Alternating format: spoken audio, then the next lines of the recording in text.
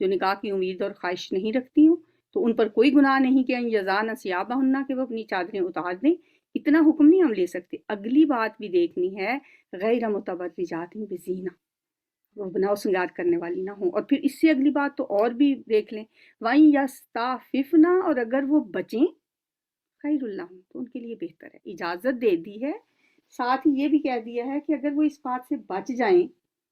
تو ان کے لیے یہ بہتر ہے کہ وہ اس جو ان کو یہ اجازت دی گئی ہے اس سے فائدہ نہ اٹھائیں تو بہتر ہے. واللہ سمیع علیم، اور اللہ تعالیٰ خوب سننے والا، خوب جاننے والا ہے، وہ نیتوں کو جانتا ہے. لیسا علی الاعمی، لیسا نہیں ہے علی الاعمی اندھے پر، حرجن کوئی حرج، ولا علی العارضی، عارجی، اور نہ لنگڑے پر، حرجن کوئی حرج یا تنگی، ولا علی المریضی، اور نہ اوپر مریض کے، حرجن کوئی حرج، ولا علی انفسکم، اور نہ خود تم پر کوئی حرج، ان تاکلوا یہ کہ تم کھاؤ، من بیوتکم اپنے گھروں سے، او بیوتی آبائکم یا اپنے باپوں کے گھروں سے، بیتن کی جمع بیوت،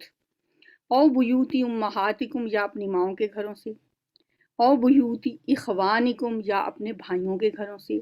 او بیوتی اخواتکم یا اپنی بہنوں کے گھروں سے، او بیوتی آمامکم یا اپنے چچاؤں کے گھروں سے، او بیوتی اماتکم یا اپنی پھوپھیوں کے گھروں سے، او بیوتی اخوالکم یا اپنے ماموں کے گھروں سے، او بیوتی خالاتکم یا اپنی خالاؤں کے گھروں سے، او ما ملکت یا جن کے مالک ہوئے ہو تم، جن کے مالک بنے ہو تم، مفاتیحہ اس کی چابیوں کے، یا ان گھروں سے کہ جن کے مالک بنے ہو تم ان کی چابیوں کے، یعنی تمہیں کسی نے اپنے گھر کی، اپنے گودام کی، یا اپنے کسی ہوٹل کی کوئی چابی آپ کو دے دی ہے، او صدیقکم یا اپنے دوست کے گھر سے، لیسا علیکم جناح نہیں ہے اوپر تمہارے کوئی گناہ، ان تاکلوا یہ کہ تم کھاؤ، جمیعاً اکٹھے، او اشتاتن یا الگ الگ. اتنی ساری یہ تفصیل بتائی گئی ہے کہ ان گھروں سے تم کھا سکتے ہو. اس آیت کو سمجھنے کے لیے پہلے تو ہمیں یہ سمجھنے کی ضرورت ہے کہ یہ آیت جو ہے اس کے دو حصے ہیں. پہلا حصہ بیمار، لنگڑے، اندھے اور اسی طرح کے دوسرے معذور لوگوں کے بارے میں ہے، اور دوسرا جو ہے وہ عام لوگوں کے بارے میں ہے. دوسری یہ بات کہ قرآن کی جو اخلاقی تعلیمات ہیں ان سے اہل عرب کی ذہنیت میں جو ایک انقلاب آیا تھا، قرآن کی اخلاقی تعلیمات سے عربوں کی ذہنیت میں جو ایک انقلاب واقع ہوا تھا، اس کی وجہ سے حرام اور حلال،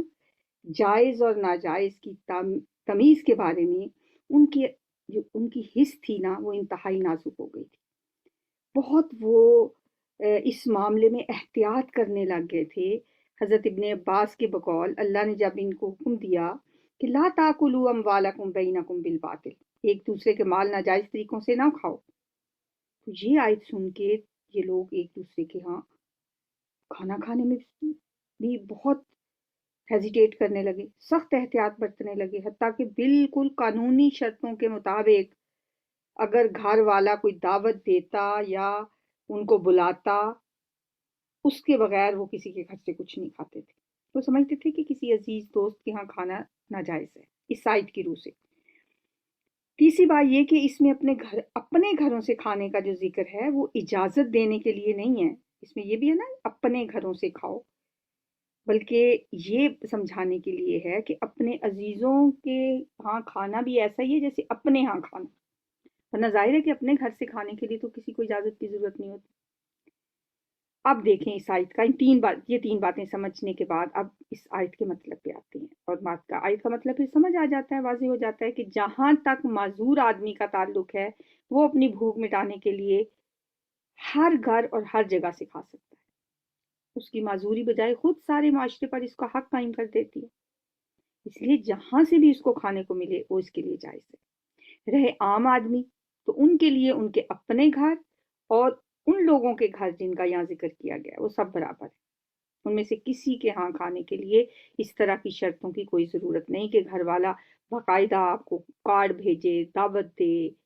کہ آپ آئیں اور کھائیں. اس کی ضرورت نہیں ہے. آدمی اگر ان میں سے کسی کے گھر جائے اور گھر کا مالک بھی وہاں موجود نہ ہو، اس کے گھر والے، اس کے بچے اگر اس کو کچھ پیش کریں تو چیزیں بلا تکلف کھائی جا سکتی ہیں. جن رشتہ داروں کے یہاں نام لیے گئے ہیں ان میں اولاد کا ذکر نہیں ہے. کیوں؟ اس لیے کہ آدمی کی اولاد کا گھر اس کا اپنا ہی گھر ہوتا ہے.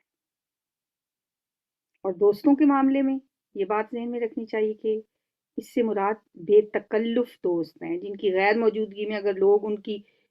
چیزیں کھا جاتے ہیں تو ظاہر ہے وہ ناراض نہیں ہوں گے، انہیں ناگوار نہیں گزرے گا. جو بہت ہی قریبی دوست ہوتے ہیں ان سے مراد وہ دوست ہیں. تو اس وجہ سے یہ سارے رشتے گنوائے گئے ہیں کہ وہ جو آیت اس سے پہلے ایک نازل ہوئی تھی، لا تاکلوا اموالکم بینکم بالباطل، ایک دوسرے کے مال ناجائز طریقوں سے نہ کھاؤ. تو اس سے لوگوں کو جو ایک شک پڑ گیا تھا کہ اب ہم کسی کے گھر سے جو کھائیں گے تو وہ تو ناجائز ہی ہوگا، ہماری چیز تو نہیں ہے، تو ہم اس طرح نہیں کھا سکتے. تو اللہ تعالیٰ نے وہ ان کی کنفیوژن دور کرنے کے لیے یہ آیت نازل کی. اور یہ جو آیت ہے ان تاکلوا جمیعا او اشتاتا، یہ کہ تم کھاؤ اکٹھے یا الگ الگ، اس سے کچھ لوگوں نے خام خواہی یہ مفہوم نکالنے کی کوشش کی ہے کہ اکٹھے کھاؤ جو کہا گیا ہے تو اس سے مکس گیدرنگ بھی جائز ہے، مرد عورتیں اکٹھے کھا سکتے ہیں. اس کا یہ ہرگز مطلب نہیں ہے. اس کا مطلب یہ ہے کہ مل کے بیٹھ کے بھی کھا سکتے ہیں، مرد الگ اور عورتیں الگ، اور علیحدہ علیحدہ سے بھی کھا سکتے ہیں. کیونکہ کچھ جگہوں پہ قدیم زمانے کے اہل عرب میں بعض قبیلوں کی تہذیب یہ تھی کہ ہر ایک الگ الگ کھانا لے کر بیٹھ جاتا تھا اور وہ کھاتا تھا. وہ مل کر ایک ہی جگہ کھانا برا سمجھتے تھے، جیسا کہ ہندوؤں کے آج بھی برا سمجھا جاتا ہے. جبکہ بعض قبیلے تنہا یعنی اکیلے کھانے کو برا سمجھتے تھے، یہاں تک کہ وہ بھوکے رہ جاتے اگر کوئی ساتھ کھانے والا نہ ہوتا. تو یہ آیت اس طرح کی پابندیوں کو ختم کرنے کے لیے ہے کہ چاہے تم اکٹھے کھاؤ یا الگ الگ کھاؤ، اس میں کوئی حرج نہیں ہے. فَإِذَا دَخَلْتُمْ بُيُوتًا، پھر جب تم داخل ہوا کرو گھروں میں، فَسَلِّمُوا عَلَىٰ أَنفُسِكُمْ، تو سلام کہو اپنے لوگوں پر.